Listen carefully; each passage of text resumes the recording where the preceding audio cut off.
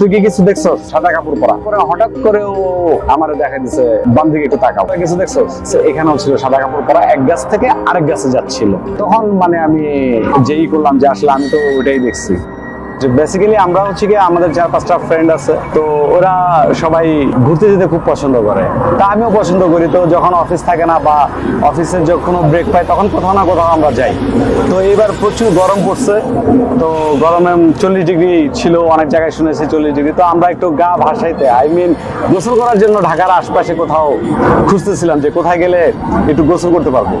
পরে যাই হোক, পরে আমরা চিন্তা করলাম শুধু গোসল করতে যাবো, তাহলে 1-2 ঘন্টা হলেই হবে। পরে আমাদের আরেক ফ্রেন্ড বললো যে না, 1-2 ঘন্টা না, আমরা চলো দোহার মৈনট ঘাটে যাই। ওখানে গেলে আমরা দুপুরে লাঞ্চটাও করতে পারলাম। লাঞ্চটা কমপ্লিট করার পরে তারপরে অনেকক্ষণ পানিতে থাকতে পারবো। অ্যাকচুয়ালি আমরা সবাই একসাথে 9টার দিকে একত্রিত হলাম। তো একত্রিত হওয়ার পরে আমাদের ট্রিপ শুরু হলো মোহাম্মদপুর থেকে। মোহাম্মদপুর রিং রোড থেকে ট্রিপ শুরু করলাম। তো ওখানে যে আমরা নর্মালি সবাই যারা যেরকম করে, তো ওইভাবে আর কি ইলিশ ফ্রাই অর্ডার দেওয়া হলো। তো যাওয়ার পরে খাওয়া দাওয়া বেসিক্যালি সবকিছুই মোটামুটি হইলো। হওয়ার পরে অনেকক্ষণ পানিতে থাকলাম, পানিতে থাইকা কেউ সাঁতার সুইমিং করলো, কেউ পানির মধ্যে একটু খেলাধুলা করলো, ফুটবল নিয়ে গেছিল। আমরা হোটেলে আসলাম। হোটেলে আসার পরে খাবার দাবার কমপ্লিট হলো। খাওয়া দাওয়া কমপ্লিট হওয়ার পরে সবকিছু কমপ্লিট করে রওনা করলাম। তো একজনের বাড়ি ছিল ওখানেই, তো ও বললো তাহলে আমি তোমাদের সাথে অল্প একটু টাইম আসি, কার্তিকপুর পর্যন্ত যাব। কার্তিকপুর যাওয়ার পরে তারপরে আমি বাসা চলে যাবো, তোমরা ঢাকার দিকে করবা।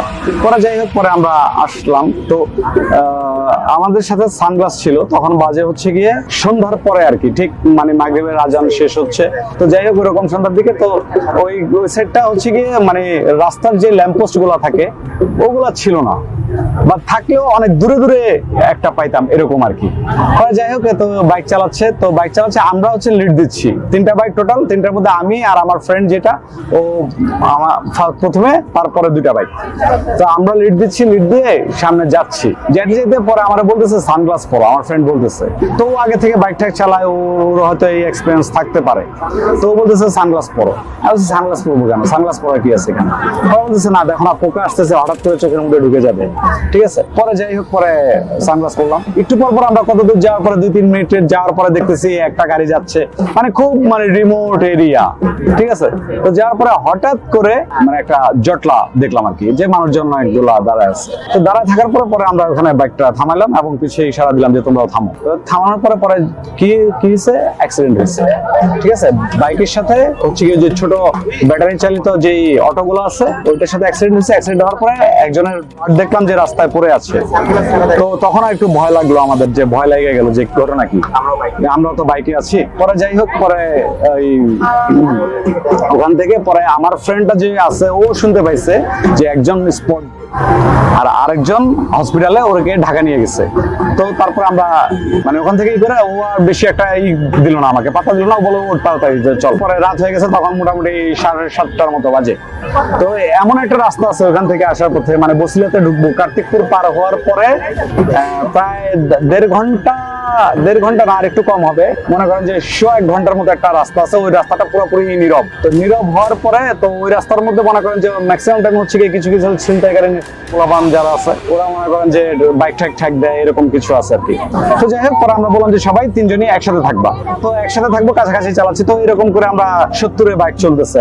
তো 70-এ চলতেছে, তো আমি তো পেছনে বসা, আমি একটু পর তাকাই দিছি, কেন জানি আমার কাছে মনে হচ্ছে গাছের মধ্যে কেউ বসে আছে। ঠিক আছে, এরকম মনে হচ্ছে। তো আমি সানগ্লাস পরা, পোকার কথা বলতেছে। পরে বলতেছে না, পোকার কথা বলতেছে যে এই জন্য সানগ্লাস। আমি মনে করছি যে এমনিতেই হয়তো অন্ধকারে আমি হয়তো উল্টাপাল্টা ভুল দেখতেছি। তো একটু পরে তারা আবার একটু সামনে যাওয়ার পরেই একটা গাছ এমন ভাবে, মানে গাছের অবয়বটা যে মনে হইতেছে যে আসলেই ওখানে কেউ একজন বসে আছে। তখন আমি বলতেছি এই কাছে দেখো তো, এই পাশে কে বসে আছে মনে হইতেছে। পরে বলতেছে না, ওটা গাছ, ওটা কিছু না। ঠিক আছে, তখন আমি বলছি আচ্ছা ঠিক আছে চালাও। তো চলতেছে, পরে বলতেছে ওরা তো আছে পিছনে। আমি হাওয়া আছে। ঠিক আছে, পরে আমি আমার ফ্রেন্ডে বলতেছি আচ্ছা তোমার সাথে একটা কথা বলি, ঠিক আছে, তুমি হ্যাঁ বা না এটা অ্যান্সার করবা, তুমি দেখছো কিনা, আমি জাস্ট মানে এই জিনিসটা বলবো যে তুমি দেখছো কিনা। তখন বলবো আচ্ছা কি বলো। তখন আমি বলতেছি তুই যখন আইলি যেখানে অ্যাক্সিডেন্টটা হলো তার ঠিক 20-25 মিনিট আগে গাছের মধ্যে সাদা কাপড় পরা কাউকে, মানে সাদা কাপড়ের কথা আমি উল্লেখ করি নাই। আমি বলছি তুই কি কোনো কিছু দেখছস যে ওই অ্যাক্সিডেন্ট যেখানে হলো তার কিছু আগে 15 মিনিট আগে, তো তুই কি কিছু দেখছস? ওই ফট করে আমাকে বলতেছে যে চুপ থাক, ওখানে হ্যাঁ ছিল সাদা কাপড় পরা। আমি কিন্তু সাদা কাপড়টা উল্লেখ করি নাই। তখন যখন মানে বললো যে হ্যাঁ মানে সাদা কাপড় পরা, তখন মানে আমি যেই করলাম যে আসলে আমি তো ওটাই দেখছি, ঠিক আছে, সাদা কাপড় দেখছি। তারপরে যেগুলো দেখছে ওগুলো হয়তো ভুল, ঠিক আছে, ওটা তো মিললো ওর সাথে, ঠিক আছে। মিলার পরে তারপরে আমি ওরে বললাম যে, পরে বলতেছে তুই তো বাইক চালাস না। আমি তো বাইক চালাই, আমি রাত বিরেতে তো বিভিন্ন জায়গায় যাই, তো এগুলা দেখা যায়, তো এগুলা দেখলে তোমার মতো তুমি ওখানে আর তাকাবা না, তোমার মতো তুমি যাবা এরকম। তো এইভাবে আর কি ও সামনের দিকে যাচ্ছে।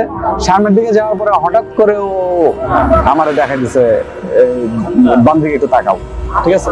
বাম দিকে তাকালাম, পরে বলে কিছু দেখছো? আমি বললাম না কিছু দেখিনি।